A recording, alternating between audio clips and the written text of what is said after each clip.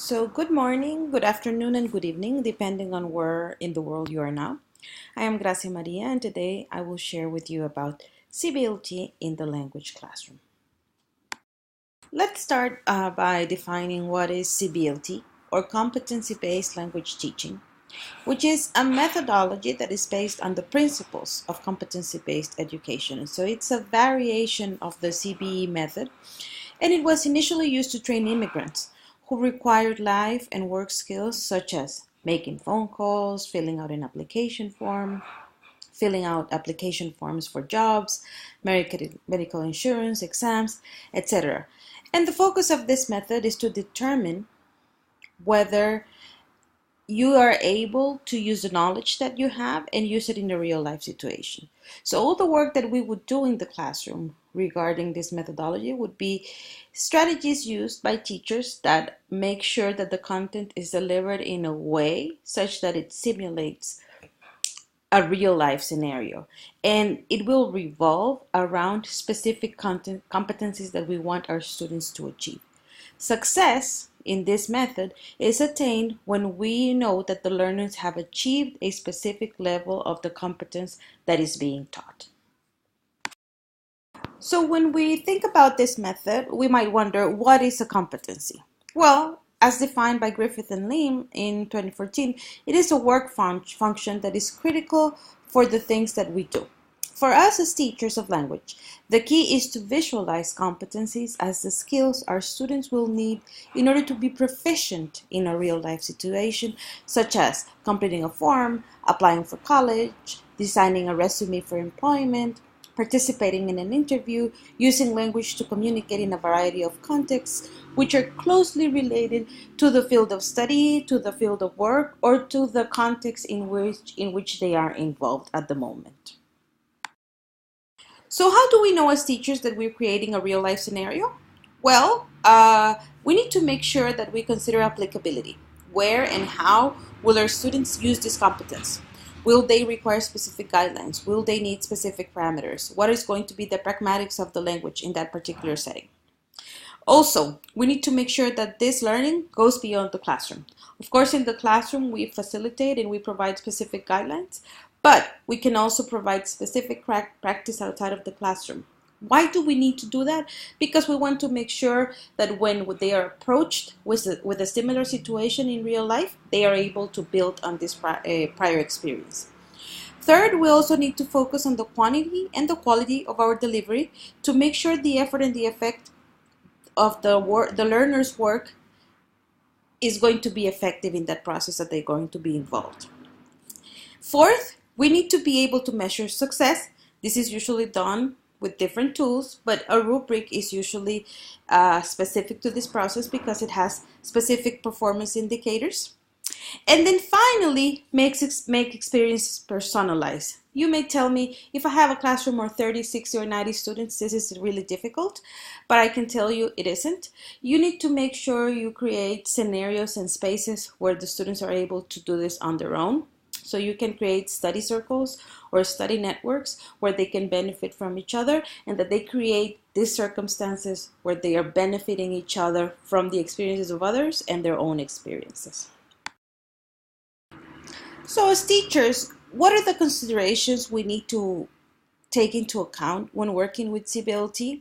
Well, we need to be clear on what we want to accomplish, of course, right? We set our objectives at the beginning of every lesson or every unit, and we need to make sure that we know what we want in the end. But also, we need to make sure that we know and we understand, how do we want to get there? Which path are we going to follow? Which way are we going to go? Where are we going to take a detour? Where are we going to follow a straight line? We need to be specific about the competencies we want to develop and make sure that these are concrete and that there is an evidence at the end of the process. We want to focus on the learner and their learning rather than on demonstrating our knowledge of the subject matter.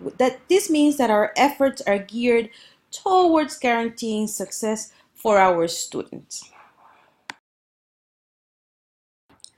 As teachers and instructors or professors, our role in this method is that of a guide, a facilitator. We are rooting, constantly motivating our students towards success.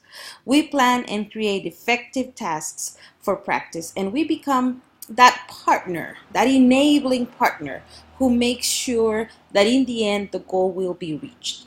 This means that you are with your students along the way. You do not leave them alone, but you're not interfering with their processes. Even if they fail at times or you feel, no, they didn't do this correctly, you're still there, but as a motivator, not exactly as someone that tells them, this is right, this is wrong, but you are facilitating that process to make sure that it is accomplished successfully. And what is the role of our students? Well, they need to be active. They need to make sure that they don't give up when things are not going the way they have planned. They need to be able to fall, but stand up and try to work on things as many times as necessary. They need to be able to stay engaged and feel good about their achievements. They need to be able to make independent choices and be independent in the learning process and reflect critically about their own work and about what they're doing. They need to be able to make well thought decisions, but also in the spot choices, because in life things are not always planned. They need to be keen apprentices who are self motivated, self aware, and self directed. In other words, the process lies heavily on what the learner is interested and focused in achieving. So, what will the syllabus look like for CBLT? Well, there are many examples that I can send you. If you send me an email, I can send you examples that I have of the work that I have done with CBLT with my students. But in a nutshell, CBLT syllabi consider activities and outcomes that are performance-based, in which you actually see students performing specific competencies and skills. Learners have to make the competency evident. It has to be concretely evident to people around them. And the lesson or unit is going to focus on specific cohesive set of skills. They need to make sense. These skills and activities need to make sense among each other and require a mindset shift both from teachers and students from the traditional roles of language classrooms. It is very important to make sure that materials are as authentic and close to the real thing as possible. This guarantees success in achieving the skill. So with regards to assessment, it can be both formative and summative. I know that most of the time we need to give a number, we need to give a grade as part of our evaluation systems.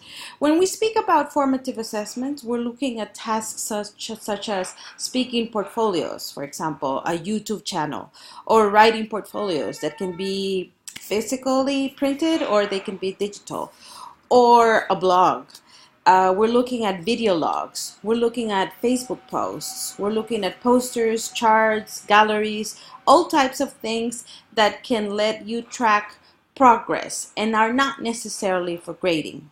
And then we have the summative aspects where we can use a rubric, which can also be used for formative assessment. And we can have self-evaluations or co-evaluations, as well as obviously the evaluation that comes from the teacher. So to sum up and reflect what we have talked about during the last 10 minutes, why would CBLT be a useful method in the language classroom? Well, it is rewarding to see how learners develop competencies. For me, it has been great to see how they evolve from being very shy when speaking in front of their classmates to having these conversations even with native speakers and feeling very comfortable about them. This method allows individualization, differentiation, so learners feel that they have learned because it has been targeted towards what they need and it really benefits them. Also, it is very important in order to consider when we are using this method to do a diagnostic of how the students were at the beginning, measure the proficiency at the beginning, and then measure it at the end so that we can see that there has been progress made and that we can determine accurately that there has been a level of progress. Most importantly, in CBLT, we need to step out of our comfort zones and we need to make sure that we are not in this box. We need to think out of the box and work out of what we usually do and change our mindsets to engage the learners in these activities. I want to thank you. Thank you very much for being here, and I want to really thank Rob for giving us a chance to share with teachers from all over the world and for the efforts that he does through EFLtalks. We truly appreciate the work that you do, Rob, and I hope to see you all in the next EFL Talks.